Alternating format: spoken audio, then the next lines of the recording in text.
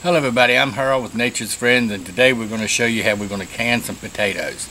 These are the potatoes that we just dug just a week or so ago when we got the video on. We're going to start washing them up. I don't like peeling them. And there again, Marcia and I have some disagreements. She says cut the eyes out, so that's cool. Now we're going to put this over here.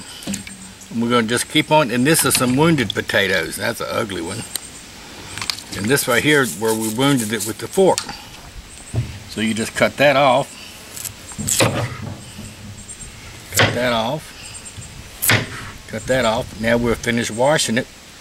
And then after we get done washing them, we'll show you how we cut them up to put them in the jar to process. We'll be right back. Okay, we're back. Got them all washed up. I don't like cutting peelings off. Marcia does. We always have our arguments over this. So what I'm going to do is take this potato, and cut it like that, cut it like that, cut it like that. That'll fit that in the jar good and work good. One of the main reasons that we're going to try canning them, because this is a red potato. See all these eyes coming? And if that sets out and looks anywhere, those sprouts will get 2 feet long on them. So that's why we can a lot of the red potatoes, so we can use them up faster, and then we can use them up for the sprout. Then the white ones are the ones that keep the longer. So we'll be right back when we get done cutting them all up. And these little ones, we're just going to leave him just like that. All those guys are perfect size. Hack him in half. So we got them coming. So we'll be right back as soon as we get them done and show you how we put them in the jars. Okay, everybody, we're back. You see we got them all cut up in pretty uniform sizes. And I'm going to start putting them in the jars. I hope we got enough. If not, we'll go back and cut up a few more. We keep them in this water. I got a feeling it's going to help keep the starch out of it too. But we keep it in the water so it keeps their nice colors. So that looks nice. It would be awful good in the winter time and you're making potato soup, mashed potatoes. Go get a jar, get them out, microwave them, put them in a kettle, whatever. Just shake them up.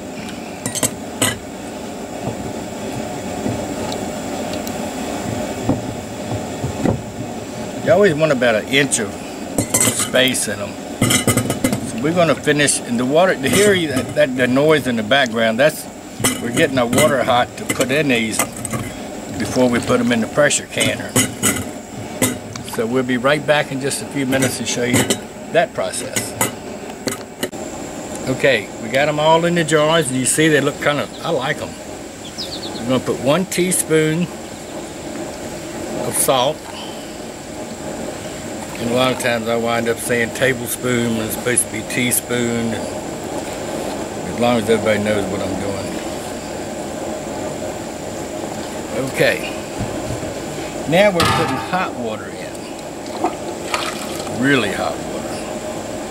You can see why we like doing it outside. 1 inch from the top. This way you don't have to be, I can be messy Marvin.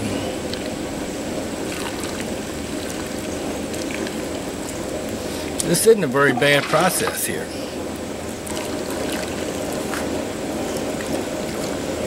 And these potatoes will not sprout. They'll go in their bellies.